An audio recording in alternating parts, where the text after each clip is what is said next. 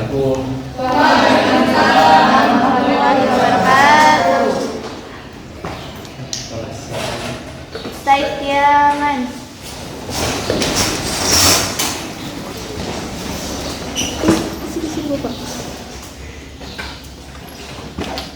Teman-teman, sebelum kita memulai pelajaran kita pada pagi hari ini, alangkah baiknya kita berdoa. Mari kita sama-sama membacakan doa belajar. Bismillahirrahmanirrahim. Rabbi zidni ilman warzuqni fahman. Amin. Salaman. Assalamualaikum warahmatullahi wabarakatuh. Assalamualaikum warahmatullahi wabarakatuh. Jurusan.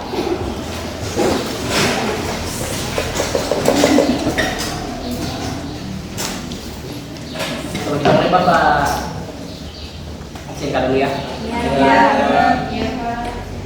Sekretaris mana?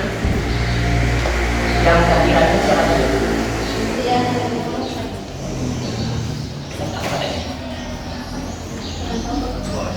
Mari kita doakan agar dia berhasil ya. Itu saja.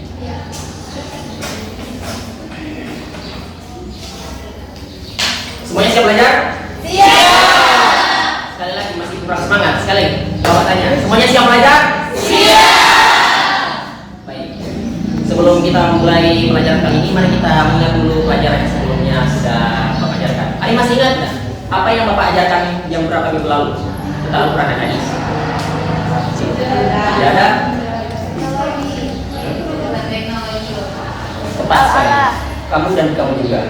Nanti absenkan apa namanya? Bilang ke ketua kelas agar memberikan nama kalian terus dikasih ke bapak. Ada nilai plus di situ. Jadi kalian berikutnya harus ingat-ingat lagi.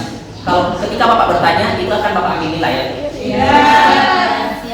Ya, kali ini bapak akan mengambil judul tentang menghindari pergaulan bebas dan perbuatan keji. Bisa kita bacanya bersama-sama? Kita mulai tujuan pembelajaran. 1. Peserta didik mampu mengetahui seberapa pentingnya menjauhi pergaulan bebas dan perbuatan keji. 2.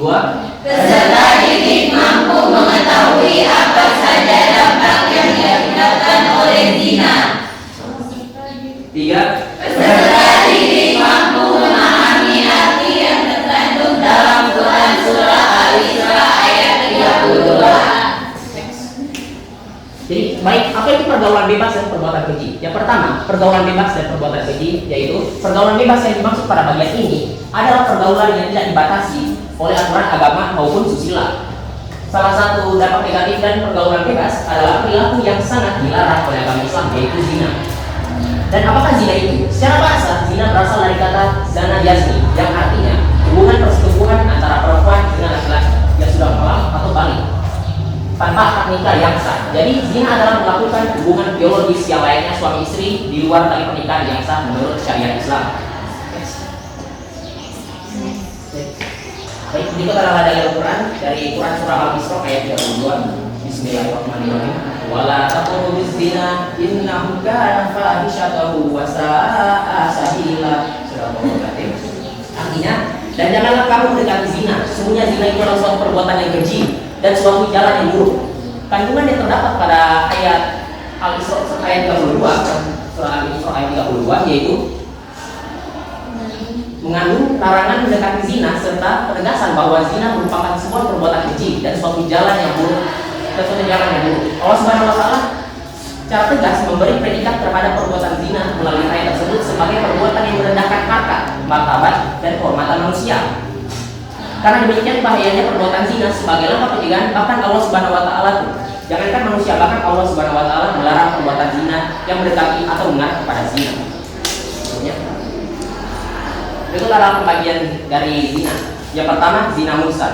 Dikatakan muhsan bila seorang yang balik, berakal, merdeka juga pernah berhubungan intim dalam pernikahan sah, sehingga pelaku zina muhsan seperti orang berstatus suami, istri, budak, atau janda. Jadi pada dasarnya zina muhsan ini ialah zina bagi orang-orang yang sudah pernah melakukan hubungan intim maupun hubungan sah maupun orang yang sudah pernah menikah. Jadi Separasi itu seperti yang tertera, yaitu suami, istri, muda, atau janda. Yang kedua, zina berumusan. Adalah zina yang pelakunya belum pernah menikah secara sah dan tidak sedang dalam pernikahan. Pelaku zina macam ini bisa disebut masih berstatus perjaka atau gadis. Jadi pada dasarnya mereka belum pernah menikah ataupun terikat sebuah kontrak pada akad pernikahan. Mari kita baca sama-sama, bisa Bapak tolong baca sama-sama ya. Dapat ayat ini. 1. Mendatangkan murka Allah Subhanahu wa Ta'ala. 2. Siksa neraka. Lanjut baca. Mengurangi umur. Dengan menghilangkan doa. Baik. Jadi yang pertama, perbuatan zina akan mendapat murka dari Allah Subhanahu wa Ta'ala. Jadi yang pertama, perbuatan zina merupakan salah satu dosa besar sehingga para pelakunya akan dapat murka dari Allah Subhanahu wa Ta'ala. Sedangkan yang kedua, siksa neraka. Pelaku zina akan mendapat siksa berat dan ringan kelak di neraka. Seperti ketika Nabi melakukan Isra Miraj, di sanalah Nabi diperlihatkan sebuah adegan di mana orang-orang di depannya akan diperlihatkan sebuah daging segar, tapi mereka memilih memakan daging yang sudah busuk. Yang ketiga, mengurangi umur. Perbuatan zina ini akan bisa mengikis umur orang yang melakukan zina ini karena mereka akan mendapatkan sebuah penyakit yang disebut sebagai HIV, AIDS, dan sifilis dan sebagainya juga. Yang keempat, menghilangkan wibawa. Pelaku zina akan kehilangan kehormatan, martabat, dan harga dirinya di masyarakat. Bahkan pezina disebut sebagai sampah masyarakat yang telah mengotori lingkungannya. Dan alasan kenapa Bapak benar menghilangkan wibawa kepada nomor 4 yang terakhir, bukan yang pertama, karena nomor 4 itu lebih ke arah yang tidak akan selama tidak diketahui tidak apa-apa. Jadi Bapak menaruhkan yang paling mutlak di pertama, yaitu mendapat murka Allah Subhanahu wa Ta'ala. Paham? Paham. Next. Berikutnya adalah hikmah diharamkannya zina. Yang pertama, menjaga martabat dan kedudukan seseorang baik di hadapan manusia ataupun Allah Subhanahu wa Ta'ala. Yang kedua, menjaga keturunan dari mencampur adukan yang diharamkan oleh agama. Hal ini dapat membuat hubungan suami istri berjalan harmonis dan bebas dari penyelewengan. Yang ketiga, menghindari penyakit-penyakit berbahaya seperti HIV, raja singa, dan sifilis dan lainnya. Dan terakhir, menjaga ketentraman dengan berumah tangga. Dan itu saja yang bisa Bapak sampaikan pada majelis kali ini. Berikutnya Bapak akan mengambil sebuah evaluasi. Bapak di sini memiliki media disebut sebagai mystery box, dan Bapak akan menggunakan talking stick untuk menentukan siapa yang akan menjadi orang yang lebih depan. Tapi sebelum Bapak ambil, di sini ketika terpilih nanti tidak perlu takut untuk menjawab, tidak apa masalah, jangan takut salah, karena Bapak tidak akan menilai tentang kebenaran atau nanti kita gunakan sama-sama jika nanti salah. Oke. Yang penting maju dulu ya. Ya. Mulai dari Adik Esa. Mari kita baca surah Al-Kausar. Bismillahirrahmanirrahim. Inna a'tainakal kautsar fasholli li rabbika wanhar. Inna syani'aka huwal abtar. Baik, maju ke depan. Dan kuring. Jangan apa-apa, jangan takut salah. Nanti kita benarkan bersama-sama. Yang penting maju dulu. Silakan ambil. Dan ketika kamu mengambil soal yang di sini, kamu bisa bertanya. Mari kita baca dulu. Apa asalnya? Jelaskan salah satu dampak dari perbuatan zina. Jadi ada langsung jawab. Karena sudah semuanya. Apa saja yang kamu tahu pada dampaknya? Itu tidak apa-apa, nanti salah. Itu saja. Nanti kita gunakan bersama-sama.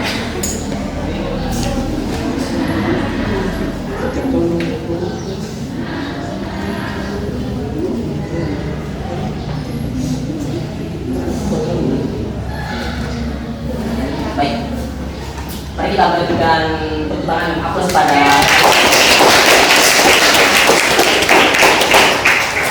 berikutnya. Lanjutkan lagi dengan surah Al-Ikhlas. Dari bismillah. Bismillahirrahmanirrahim. Qul huwallahu ahad. Allahus samad. Lam yalid wa lam yulad wa lam yakul lahu kufuwan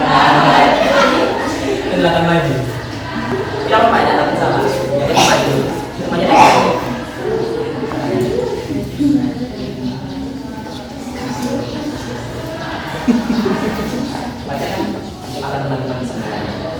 Jelaskan pengertian zina yang Anda pahami. Langsung jawabannya.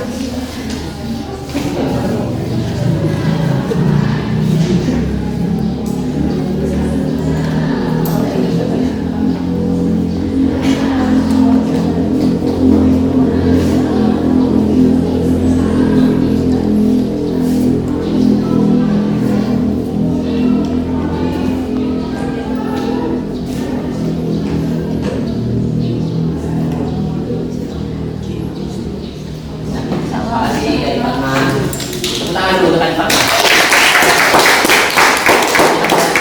Mas Rahman, Mas foto berikan ke sebelah ya. Ya, Bismillahirrahmanirrahim. Qul a'udzu birabbin nas, malikin nas, ilahin nas, min syarril waswasil khannas, alladzi yuwaswisu fi sudurin nas, minal jinnati wan nas. Wahyu kamu.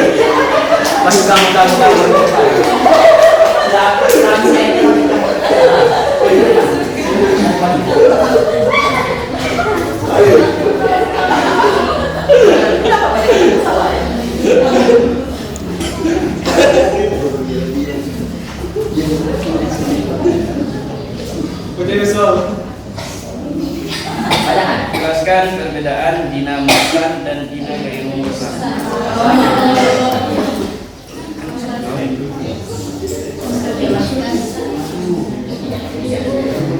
Nomor 3. Yang penting berani itu semua bapak ambil nilai. Yang tak salah, kesalahan kita benarkan bersama-sama. Cuma manusia yang bisa salah. Ingat itu. Jadi lain kali kalau ada game seperti ini, kalian jangan takut maju ya. Penting maju dulu, nanti soal benar atau salahnya itu kita berangkat sama-sama. Baik, Bapak. Siapa lagi nama kamu? Asik juga kamu. Ternyata kelas ini perlu kasihkan juga.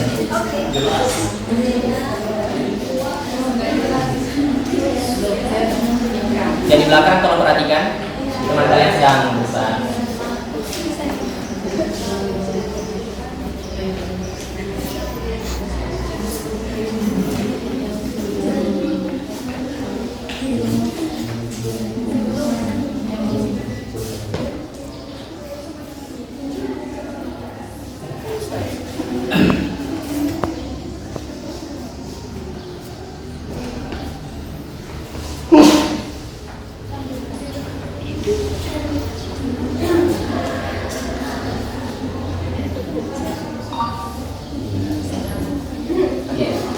Terima kasih pada Adi Wahyu. Mari kita apresiasi pada Adi.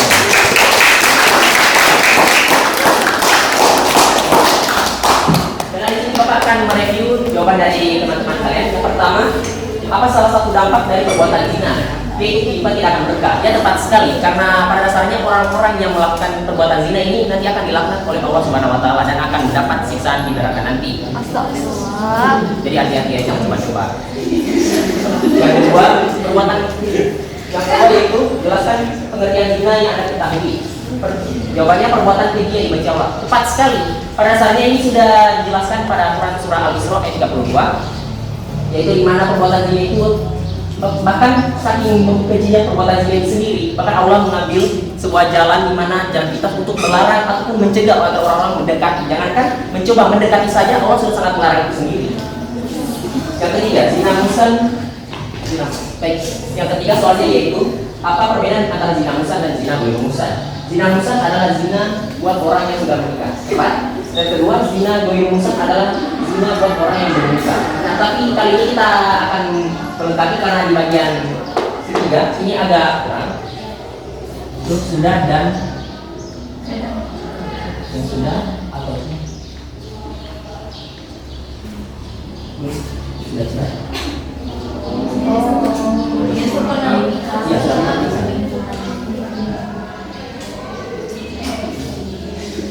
Di pada dasarnya kan yang golongan zina muhsan ini ialah orang-orang yang sudah pernah menikah ataupun sedang menikah, yaitu suami, istri, ataupun duda dan janda.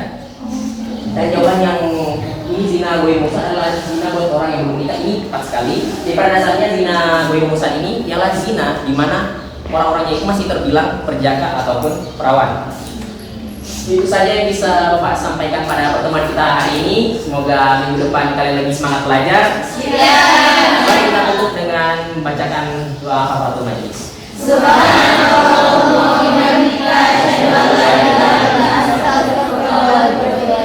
Terima kasih.